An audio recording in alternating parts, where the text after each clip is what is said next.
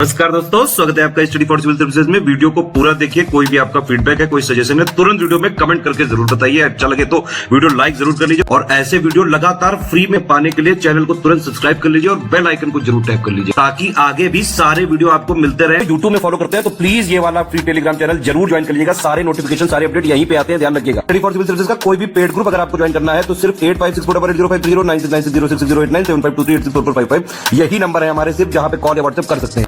Instagram पे हमारा page जरूर फॉलो कर लीजिएगा, studyforcivil.services है। ट्विटर पे हमको जरूर फॉलो कर लीजिएगा, @studyforcivils है। सारे क्वेश्चन अटेम्प्ट करिए और स्कोर अपना तुरंत कमेंट करके बताइए। दोस्तों नमस्कार, स्टडी फॉर सिविल सर्विसेज में आप सभी का स्वागत है। यूपीपीएससी प्रीलिम्स एग्जामिनेशन आपका मार्च मंथ में शेड्यूल्ड है 2024 का। उसके लिए हम लोग पेड क्विज लगातार जो देख रहे हैं उसको कंटिन्यू करेंगे यहाँ पे, ठीक है।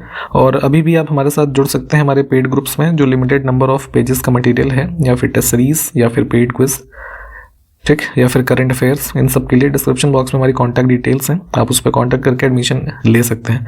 स्टार्ट करेंगे इस सीरीज़ को, प्लीज़ फॉलो करिएगा। काफ़ी एक्सपेक्टेड क्वेश्चंस होते हैं जो एग्जामिनेशन में आपको सीधे रूप से देखने को मिलेंगे या फिर इनडायरेक्टली भी देखने को मिलेंगे, अलग अलग जो स्टेटमेंट्स बनती हैं क्वेश्चन में, उसमें स्टार्ट करते हैं। पूछा गया है दिसंबर 2023 में विश्व स्वास्थ्य संगठन यानी कि WHO इन्होंने किस रोग को उपेक्षित उष्णकटिबंधीय रोगों की सूची में जोड़ा है। तो मोस्टली अफ्रीकन रीजन में एक बीमारी होती थी नोमा, ठीक है। मतलब एक कह सकते हैं ओरल जो हाइजीन मेंटेन ना करने के कारण, है ना, ये डिजीज लोगों में देखी जाती थी। तो इसको एक नेग्लेक्टेड ट्रॉपिकल डिजीज की सूची में अब शामिल किया गया है, ऑप्शन बी। इसमें से कौन सा आंदोलन महात्मा गांधी से संबंधित नहीं है, ठीक है। तो इसमें काकोरी ट्रेन जो इंसिडेंट था, है ना, ये लखनऊ से पहले वाला ट्रेन रॉबरी, तो इसमें गांधी जी का इन्वॉल्व थे, ठीक, ये ऑड हो जाएगा। इसमें से गलत जो पेयर है सभा और स्थापना वर्ष इसके रेफरेंस में, तो इसमें जो है ब्रह्म समाज 1818 लिखा ना, ये 1828, ठीक है, कलकत्ता में राजा राममोहन रॉय। लखनऊ अधिवेशन जो 1916 में मुस्लिम लीग और कांग्रेस के मध्य हुआ, है ना, एक प्रकार से समझौता था। तो इसमें पूछा गया समझौता किसने करवाया। तो देखिए कांग्रेस और मुस्लिम लीग के बीच समझौता था। तो कांग्रेस की तरफ से जो है बाल गंगाधर तिलक, ठीक है, और मुस्लिम लीग से मोहम्मद अली जिन्ना, ठीक है। तो ये लीडर्स रहे, ठीक। तो अब इसमें जो है ऑप्शन सी को चुन लेंगे हम। एक काफ़ी रिपीटेड क्वेश्चन ये अक्सर पूछ लेते हैं एंशिएंट हिस्ट्री से संबंधित। अध्यात्म ज्ञान के विषय में नचिकेता और यम का संवाद किस उपनिषद में मिलता है, ठीक है। तो कठोपनिषद, ऑप्शन डी जो है, बस इतना याद रखें इसमें। चंद्रगुप्त द्वितीय विक्रमादित्य के नवरत्नों में से कौन वास्तुकार थे, है ना, मतलब अपने प्रोफेशन से। तो देखिए यहाँ पे इनके 9 के एक बार हो सके तो नाम ध्यान देख लीजिएगा। इसमें खैर वास्तुकार थे जो है ये शंकु, ऑप्शन फर्स्ट जो है, जैसे पूरे 9 का भी थोड़ा सा हम देख लेते हैं। अमर सिंह जो थे ये थे कह लीजिए कवि संस्कृत के, ठीक है। वरुचि जो है, वरुचि ये एक प्रकार से ये भी संस्कृत स्कॉलर थे, ग्रामेरियन कह सकते हैं। वराह मिहिर जो है ये हमारे एस्ट्रोनॉमर थे। इसके अलावा जैसे धन्वंतरी फिजिशियन थे, आप जानते होंगे। फिर कालिदास को जानते ही हैं, है ना। फिर और कौन बच गया, वेताल भट्ट थे, एक मैजिशियन थे, है ना। तो ऐसे थे लोग। इसको मैप में लोकेट कीजिएगा। जावा सागर और सेल्बीज सागर को जोड़ने वाली जल संधि 2 बार यहाँ पे लिखा हुआ है, कोई बात नहीं। ये है ये मकासार स्ट्रेट। यहाँ पे देखिए नालंदा विश्वविद्यालय के बारे में कुछ कथन है, कौन सा सही नहीं है, ठीक है। तो काफ़ी जो एक इम्पॉर्टेंट एजुकेशन का सेंटर रहा था ये नालंदा यूनिवर्सिटी, ठीक है। तो अब इसके बारे में 3 स्टेटमेंट यहाँ पे जो नीचे लिखे हुए हैं वो तो ठीक है। पहला गलत है, लिखा है कि इसके बारे में चीनी तीर्थयात्रियों के लेखन से ही पता चला। ऐसा नहीं है, हमारे पास कई सारे इंस्क्रिप्शन से अन्य सोर्सेज भी हैं जिसके माध्यम से इसके बारे में जानकारी मिली हुई है, ठीक है। तो जो है ऑप्शन इसको ऑड कर लेंगे हम। पारिस्थितिकी संतुलन बनाए रखने के लिए वन के अंतर्गत आने वाला क्षेत्र कितने प्रतिशत का होना चाहिए। तो इकोलॉजिकल बैलेंस के लिए एक आइडियल जो माना जाता है ना, फॉरेस्ट एरिया 33%। वायुदाब सबसे कम होता है देखिए एक रिलेशन होता है टेम्परेचर और प्रेशर का। हाई टेम्परेचर होगा तो लो प्रेशर होगा, ठीक है, और लो टेम्परेचर होगा तो हाई प्रेशर होगा। तो क्या पूछा गया, एयर टेम्परेचर इज लोवेस्ट, है ना, तो लोवेस्ट प्रेशर होगा हाई टेम्परेचर में, यानी कि गर्मियों के मौसम में। उत्तर प्रदेश में कृषि जलवायु क्षेत्रों की संख्या कितनी है? अभी आरओ का एग्जामिनेशन हुआ, उसमें सीधे सीधे 2 स्टेटमेंट दिए गए थे और दोनों ही नंबर, ये जो जैसे अब यहाँ पे इसका आंसर है 9, तो उन्होंने इसको बढ़ा करके 11 लिख दिया था। इसलिए बहुत ही अब सूक्ष्म दृष्टि से पढ़ने की ज़रूरत है ना। फैक्ट्स अब ज़्यादातर स्टेटमेंट में भी जो आ रहे हैं वो गलत पूछे जा रहे हैं, तो ध्यान रखेंगे। ग्रीन मफलर टर्म जो है वो किससे संबंधित है? तो बेसिकली एक टेक्निक है ये नॉइज़ पोल्यूशन को कम करने की। जैसे आप ये देखते हैं ना कि हाईवेज पे रोड जा रही तो बीच में पेड़ पौधे लगा दिए जाते हैं ना, कई सारे ऐसे सघन, तो वही है कि पोल्यूशन को रिड्यूस करने की एक इंडस्ट्रियल एरियाज, हाईवेज या सोसाइटीज़ में इस तरह की जो प्लांटिंग की जाती है प्लांट्स की, उसी को ग्रीन मफलर कहा जाता है। विश्व का सबसे बड़ा पारिस्थितिकी तंत्र, लार्जेस्ट इकोसिस्टम क्या होगा भाई? ओशन तो होगा, लार्जेस्ट एरिया कवर करता है।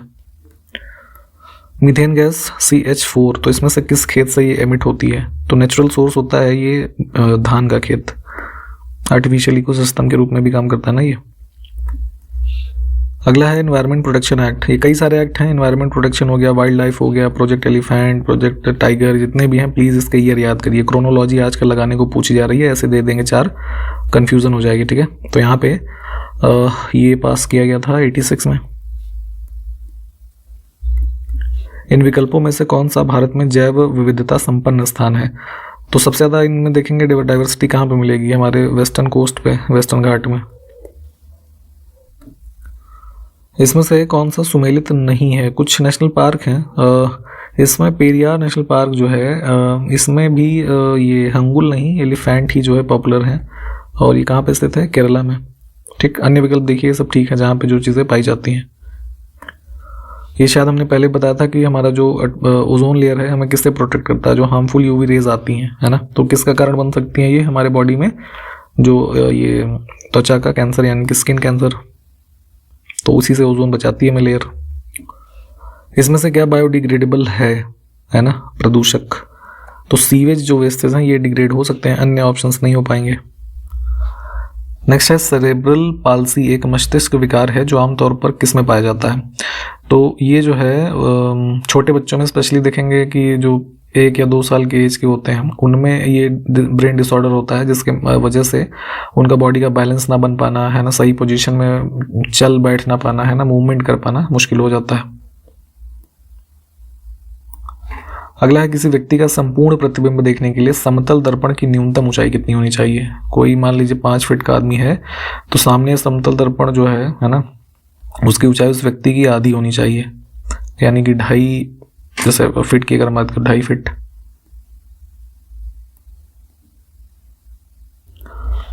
निम्नलिखित में से कौन सा एक विस्फोटक पदार्थ नहीं है? एक्सप्लोजिव, है ना, तो एक्सप्लोजिव के रूप में ऊपर के तीनों हम यूज कर सकते हैं। नाइट्रोक्लोरोफॉर्म जो है एक प्रकार का ये हमारा फंगीसाइड या हर्बिसाइड कह सकते हैं, इसके रूप में यूज कर सकते हैं इसे। ये दे देते हैं ना ऐसे मतलब कोड में, तो इस वजह से चारों को थोड़ा ध्यान रखिएगा। हाल ही में केंद्र सरकार ने 16वें वित्त आयोग का गठन किया है और उसके अध्यक्ष के रूप में किसको नियुक्त किया है ये बताना है। तो ध्यान रखिएगा, अभी लेटेस्ट जो 15 चल रहा था उसके अध्यक्ष थे NK सिंह, और अभी 16 के जो बनाए गए हैं ये हैं अरविंद पनगड़िया। एक यहाँ पे ध्यान देने वाली बात यह है कि जैसे लेटेस्ट वाला तो इंपॉर्टेंट है ही, पूछा जाएगा एग्जाम में, पिछले वाले की भी चीज़ें पूछी जाती हैं, खास करके मेंस में, है ना, वो इस बार का ना दे करके जो प्रोविज़न पिछले के हैं वो पूछ लेता है, तो दोनों को कम से कम ध्यान दे के चलिएगा। 28 से 30 दिसंबर तक 82वां भारतीय इतिहास कांग्रेस कहाँ पर आयोजित किया गया? तो इसका आयोजन हुआ है तेलंगाना में, एक यूनिवर्सिटी है काकतीय यूनिवर्सिटी, इसको ध्यान रखेंगे आप लोग। हाल ही में किस राज्य सरकार ने वृद्धावस्था पेंशन के लिए जो पात्रता आयु दलित समूह के जो लोग हैं और आदिवासी, इनके लिए 60 वर्ष से घटा करके 50 वर्ष करी है? तो ये किया गया है झारखंड में। हाल ही में किस बैंक ने रुपे नेटवर्क पर भारत का पहला कॉर्पोरेट क्रेडिट कार्ड जिसका नाम है ई-स्वर्णा, इसको लॉन्च किया है? तो पेमेंट गेटवे जो है वो रुपे है, ये ध्यान रखेंगे, रुपे नेटवर्क, और कार्ड का नाम है ई-स्वर्णा, इसको लॉन्च किया है इंडसइंड बैंक ने, ऑप्शन फर्स्ट। हाल ही में Indian society of agricultural economics fellow 2023 award से किसको सम्मानित किया गया? इंदिरा देवी, ऑप्शन बी जो है, डॉक्टर पी इंदिरा देवी करके नाम था इनका, ये ध्यान रखेंगे। 1 जनवरी से किस राज्य की पुलिस के द्वारा मिशन इन्वेस्टिगेशन @75 डेज इसको लॉन्च किया गया? तो बिहार में ये है प्रावधान की FIR लॉन्च होने से 75 दिनों के भीतर उसको जो है मतलब निस्तारित करना है। इस वजह से ये इनिशिएटिव चालू किया गया है। भारत के पहले पनडुब्बी पर्यटन का अनावरण कहाँ पर किया गया? टूरिज्म फैसिलिटी सबमरीन वाली अनवील की गई थी यहाँ द्वारका में, गुजरात। हाल ही में उपराष्ट्रपति जगदीप धनखड़ को किस विश्वविद्यालय का पदेन चांसलर नियुक्त किया गया है?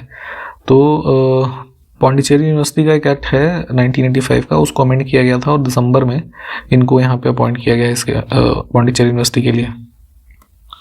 कौन सा देश दुनिया का दूसरा सबसे बड़ा इस्पात उत्पादक देश बना है? स्टील प्रोड्यूसिंग कंट्री लार्जेस्ट है वर्ल्ड में चाइना, लगभग 54% से ज़्यादा का शेयर है। सेकंड पे इंडिया है। हाल ही में केंद्रीय विद्युत और नवीन एवं नवीकरणीय ऊर्जा मंत्री RK सिंह के द्वारा किस शहर में पावर ग्रिड विश्राम सदन, एक इनका ही कह लीजिए इंस्टीट्यूशन है पावर से संबंधित, इसका शुभारंभ किया? तो ये इनॉग्रेट किया गया था कर्नाटक के बेंगलुरु में। दिसंबर 2023 में उत्तर प्रदेश का जो हाईकोर्ट है इलाहाबाद हाईकोर्ट, उसके नए मुख्य न्यायाधीश के रूप में किसे नियुक्त किया गया है? तो अपॉइंट हुए हैं जस्टिस अरुण भंसाली। ठीक है,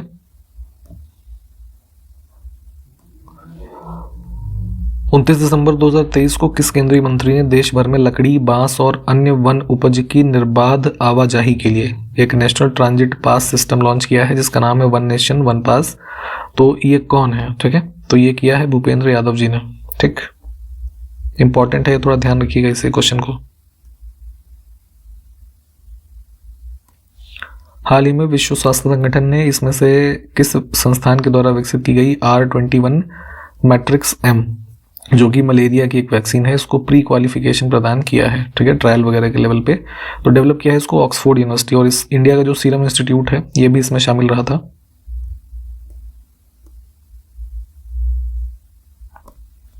कुछ पुस्तकें हैं और सुमेलित कौन सा नहीं है उसके राइटर के नाम के संबंध में जो पेयर है।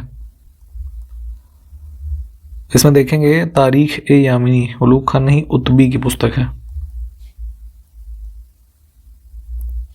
प्रशांत महासागर और अटलांटिक महासागर को जोड़ने वाली जल संधि इसमें से कौन सी है? तो स्ट्रेट ऑफ मैगलन, इसको मैप पे जरा देख लीजिए एक बार कहाँ पे लोकेशन है। मध्यकाल में शेरशाह सूरी के टाइम पीरियड के जो विभाग थे उसके संबंध में कौन सा युग्म सुमेलित नहीं है? तो दीवान ए आरिज जो है ये गलत है, डोनेशन नहीं, ये मिलिट्री से संबंधित डिपार्टमेंट था। निम्नलिखित में से कौन सा शाहजहां का पुत्र नहीं था? तो जो है 4 पुत्र थे इसके, दारा शिकोह, शाह शुजा, मुराद बख्श और औरंगजेब। आदिल शाह नहीं है।